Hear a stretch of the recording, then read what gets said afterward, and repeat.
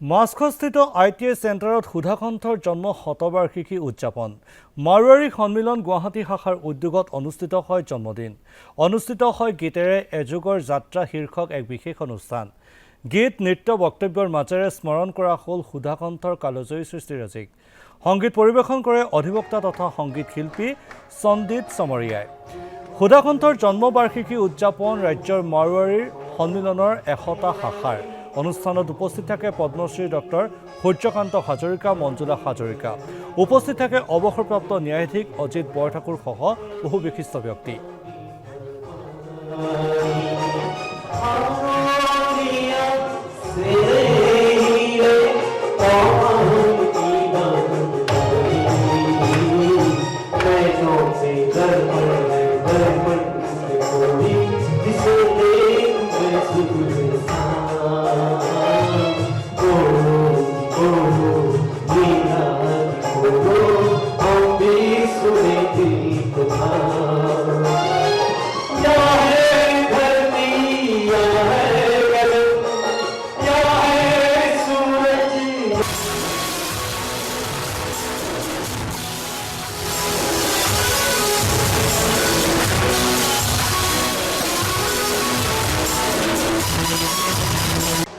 এইটো অতি আনন্দৰ দিন হৈছে যে মাৰোৱাৰী সন্মিলন গুৱাহাটী শাখাই আজি অতি তাৎপৰ্যপূৰ্ণ অতি সুন্দৰভাৱে ভূপেন হাজৰিকাদেৱৰ এই জন্ম শতবাৰ্ষিকী অনুষ্ঠান পাতিছে।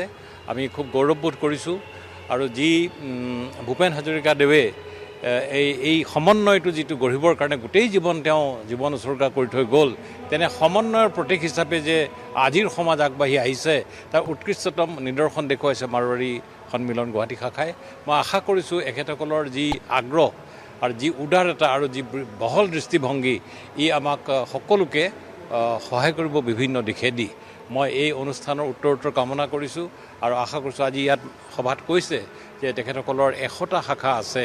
এই 100টা শাখাত ভূপেন হাজৰিকাদেৱৰ জন্ম শতবৰ্ষ উদযাপন কৰিব আৰু এই যদি হৈ উঠে মই ভাবোঁ যে আমাৰ নৱপ্ৰজন্মই ইয়াৰ পৰা যথেষ্টভাৱে উপকৃত হ'ব। राज्य सरकार ने जो आह्वान किया था कि भूपेन हजारिका जी के ये पूरा वर्ष ही हम शताब्दी दिवस के अवसर पर मनाएंगे, इसी को देखते हुए पूरे समाज ने आज ये सभी असम वासियों के साथ में मिलके आज हमने ये कार्यक्रम का आयोजित किए हैं, जिसमें हमारे उनके ट्रस्ट से मंजूलता जी यहाँ आई थी हजारिका जी, और सूर्यकांत जी हजारिका जी आज यहाँ आके बहुत उन्होंने हमारी ये मारवाड़ी सम्मेलन का हौसला बढ़ाया। और हम कोशिश करेंगे, हमारी पूरी नॉर्थ ईस्ट में कम से कम 100 शाखा हैं, हम कोशिश करेंगे कि पूरा हर शाखा में ये कार्यक्रम करवाने का हम पूरे वर्ष ये आह्वान करेंगे। धन्यवाद।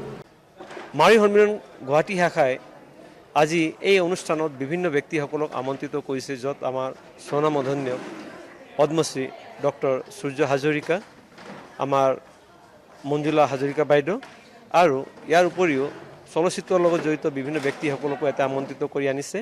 তেখেতসকলে নিজৰ কথাৰে আমাক সুন্দৰকৈ বহুখিনি কথা বুজালে আৰু ডক্টৰ ভূপেন হাজৰিকাৰ লগত তেখেতৰ যি সান্নিধ্য তেখেতসকলে পাইছে সেই অভিজ্ঞতাখিনিও আজি তেখেতসকলে আমাৰ দাঙি ধৰিলে।